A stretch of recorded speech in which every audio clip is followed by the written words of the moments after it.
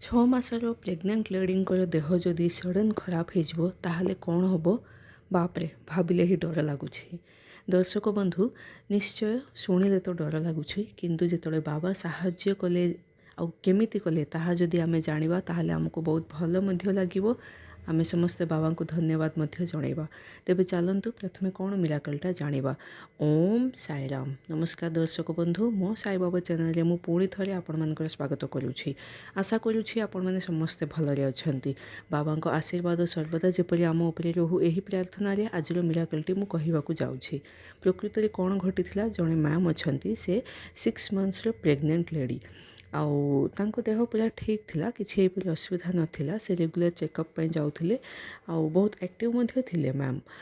थरे कौन है ऑल ऑफ सडन तांको देह बहुत खराब हेबा स्टार्ट हैला। जेमती कि इंटरनल ब्लीडिंग बहुत हेबा स्टार्ट हैला तांको। जेतोळे एहीपरि कंडीशन हैला से संगे संगे डॉक्टर को पाखक गले। जेतोळे डॉक्टर चेक कले, डॉक्टर भी कहले जे बहुत कॉम्प्लिकेटेड सिचुएशन एबे अछि। डॉक्टर्स एमिति मध्य कहिथिले जे बेबी को बंचाइबा इम्पॉसिबल, ताहा बेबीर ग्यारंटी से माने देबेनी, एमिति डॉक्टर्स कहिदेले। ताहले दर्शक बंधु एते सडन कौन एते चेंज हो जिवो शुणिले ही केते आश्चर्य लगुच ना, किंतु प्रकृत रे ताहा सत। मैम कर इंटरनली ब्लीडिंग एते एक्सेस हो जाइथिला जे तांको अवस्था पूरा पूरी दयनीय हो जाइथिला। आउ फैमिली मेंबर्स मध्य पूरा शॉक हो गले जे कौन एमती हो गला, कौन डिसीजन नेबे। कारण डॉक्टर्स माने कहिदेले जे कौनसी रिस्क नेबा ठीक नुहे बोली। ताहले कौन करिवे किछि भी से माने जानि पारु नहांती।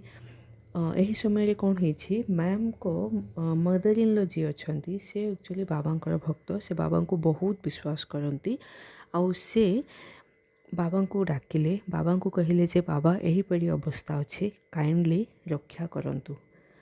आम घर उपरे जहाँ भी विपद अच्छी से विपद को आपण दूर कर दिंतु, आम रक्षा करते वो बहुर रक्षा करंतु। जेमिति बेबी आउ मदर उभय पूरापूरी ठीक रे रहिबे, एहीपरी ब्लेसिंग्स दिंतु। ताहा से बाबा को कही, बाबा को बहुत आंतरिकतार सहित डाकिले। बाबा को विभूति को पानी रे मिसेकी तांको डॉटर इन लॉ जी अच्छी बारंबार पीवा को दौले, बहुत केयर कले तांको मदर इन लॉ। आउ धीरे धीरे धीरे धीरे टिके इम्प्रूवमेंट देखागला। किंतु डॉक्टर्स कहीदेले जे एबे भी सिचुएशन ठीक नुहे, आउट ऑफ कंट्रोल रे ही अच्छी। आउ बेबी पे किंतु से माने ग्यारंटी देबेनी ताहा किंतु डॉक्टर्स कहिथिले।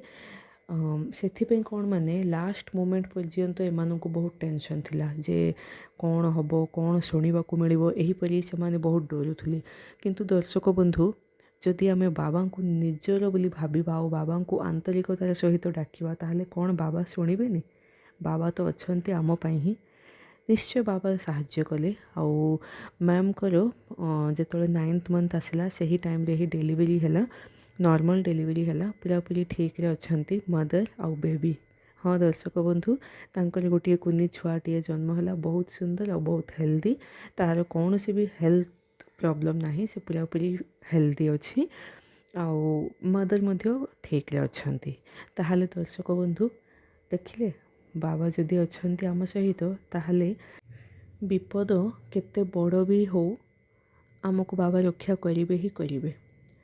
दर्शक बंधु जदि मिराकलटी भल लगुछि ताहले मनरे थरे ओम साईराम बोली भाबी नियंतु। आउ विदाय दियंतु आज पाई। काली पुणी थरे मु आपण मानक सम्मुखरे प्रस्तुत हेबी बाबांकर गोटे नूतन मिराकल सहित। Till then Om Sairam.